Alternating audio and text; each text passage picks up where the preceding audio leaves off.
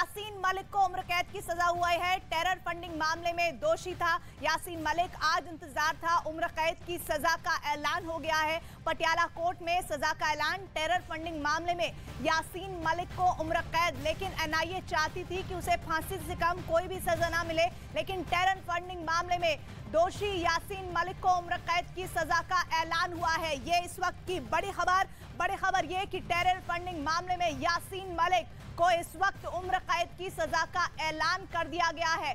जज ने जैसे ही फैसला पढ़ना शुरू किया, यानी उसको सुनाना शुरू किया, उसमें कुछ ही लाइनों बाद ये लाइन सामने आ गई कि यासीन मलिक को उम्र कैद की सजा। टेरर फंडिंग मामले में यानी आतंक को बढ़ावा देने में जिस भी तरह की वित्तीय पोषक किया जाता है, किसी भी तरह की पैसे से मदद की जाती है, उस मामले में आरोपी था और फिर दोषी करार दिया गया यासीन मलिक को। और अब उस पर सजा का ऐलान हुआ है, जिसमें उम्र कैद की सजा का ऐलान यासीन मलिक को हुआ है। यासीन मलिक को बीते 3 दशकों से आप देखेंगे तो लगातार एक अलगाववादी नेता के तौर पर तो उसकी पहचान थी ही, लेकिन आतंकवाद को किस तरह से सिलसिलेवार तरीके से उसने बढ़ावा दिया है, उसके कई साक्ष्य एनआईए को मिले। और एनआईए ने जब जांच पड़ताल शुरू की तो उसमें पाया कि किस तरह के सबूत हैं जो साबित करते हैं कि यासीन मलिक टेरर फंडिंग में पूरी तरह से शामिल है। और ये तस्वीरें आपके सामने, जब यासीन मलिक को पटियाला कोर्ट लाया जा रहा था और दरमियान ये बार बार कहा जा रहा था कि उम्र कैद या फिर फांसी, तो उम्र कैद के फैसले पर जज साहब ने मोहर लगा दी है। टेरर फंडिंग मामले में यासीन मलिक को उम्र कैद की सजा हुई है। वो यासीन मलिक जिसकी उम्र 56 साल है, लेकिन 3 दशकों तक उसने इस टेरर फंडिंग के जरिए जम्मू कश्मीर को बर्बाद करने की पूरी कोशिश की है। तशाम, देखिए, हम देख सकते हैं कि धीरे धीरे लोग कोर्ट रूम से बाहर आ रहे हैं, वकीलों ने बाहर आना शुरू। Those cases will be expedited and Yasin Malik will be brought to justice. Do you feel that in those cases he will get death sentence? I'm 100% sure that justice will be given to me. People say justice delayed, justice denied. But I don't agree on this because I had been denied my legitimate right of getting my pension, my husband's pension, when Naga Mizo militants were rehabilitated in this country. But defense forces were denied their legitimate right. I fought my case and with the grace of Almighty God, I got that case. Now that is a precedent of India, an officer going to his office en route to his office or while coming from office, if any untoward incident occurs on the way, the deceased family will be given last pay drawn till death, even after remarriage on reduced pay scale. So I believe I'm given this justice. So I'm drawing my husband's pension on liberalized pensionary award, or after that my husband is given that honor of this National War Memorial in present government's regime. So are you satisfied with the verdict in this case? Are you satisfied? What can, for my case? वो adjust हो गई इसमें। वो adjust हो गया। क्या नाम है सर आपका? Umesh Sharma. Sir, you were inside the court. What has been the order? Can you please briefly tell us? Yeah, 2 life imprisonments have been given, and besides that, 10 years rigorous imprisonment in 10 offences, besides monetary penalty, and all the punishments will run concurrently. Okay. So that's the latest. Umesh Sharma. Death sentence was sought, but a life imprisonment has been given. Death has been declined. Death has been declined. Can you tell us in detail as to what really? No, I have not read the order.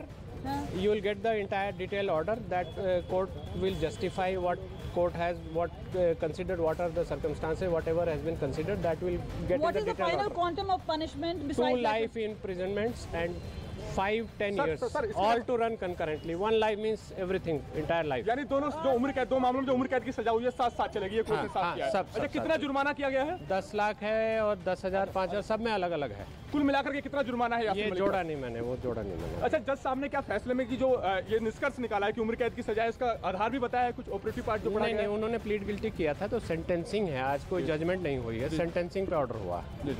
ये सिर्फ sentencing है। तो जो उम्र कैद की सजा हुई है वो 121 के तहत हुई और दूसरा कौन सा सेक्शन? 121 और दूसरा शायद 17 है, अभी ऑर्डर में आएगा। अच्छा, जो यूएपीए का जो सेक्शन है।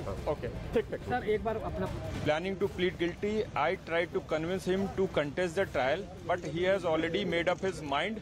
So in view of that, whatever the best legal consequences or what he was told about all the consequences which he was supposed to face once he plead guilty, and all the things we are told to him, and today now the matter has been decided and he is sentenced for 120B. He has been punished with 10 years and 10,000 fine. For 121 IPC, he is punished with life imprisonment and 10,000 fine. 121A IPC, 10 years with 10,000 fine. 13 UAPA read with 120B IPC, 5-year fine, 5 year, 5,000 fine. 15 UAPA punishment under 16 UAPA, 10 years, 10,000 fine. 17 UAPA life, 10 lakh fine. 18 UAPA 10 years, 10,000 fine. 38 UAPA 5 years, 5,000 fine. 39 UAPA 5 year, 5,000 fine. Section 20 UAPA 10 year, 10,000 fine. Anything else you people want to ask?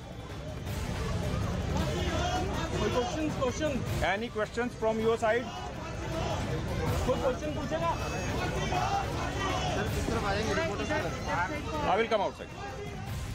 तो तस्वीरें आप देख रहे हैं court room के बाहर, जैसे ही वकील निकले हैं उनसे क्रॉस क्वेश्चनिंग वहां पर मौजूद मीडिया ने किया है, जिसमें जानकारी ये मिलकर आई है कि उम्र कैद की सजा का ऐलान तो हुआ ही है, साथ ही 10 लाख जुर्माना और भी जुर्माना है जिसका डिटेल आना बाकी है। लेकिन अभी जो जानकारी, टेरर फंडिंग केस में उम्र कैद की सजा हुई है, पटियाला हाउस कोर्ट ने सुनाई है उम्र कैद की सजा।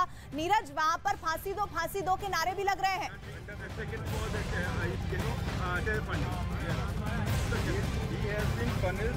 देखिए, बिल्कुल अखंड प्रताप सिंह है, उनसे बातचीत करते वो जानकारी दे रहे हैं। 121 IPC with 10,000 fine. So you were the amicus curiae? Yes, I am amicus curiae. I am Advocate Akhand Pratap Singh. Yes, sir. And under life 10 lakh fine. Okay. Yes. So basically, Yasin Malik has been given 2 life sentences. Yes. For terror funding and raging war. And all the sentences will run concurrently. फांसी की सजा की मांग की गई थी, लेकिन Yes, it was declined by the Honorable Court.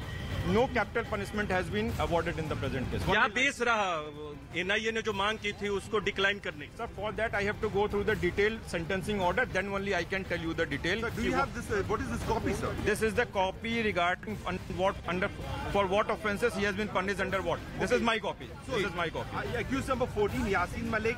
These are the sections. No, these are the sections. Yeah.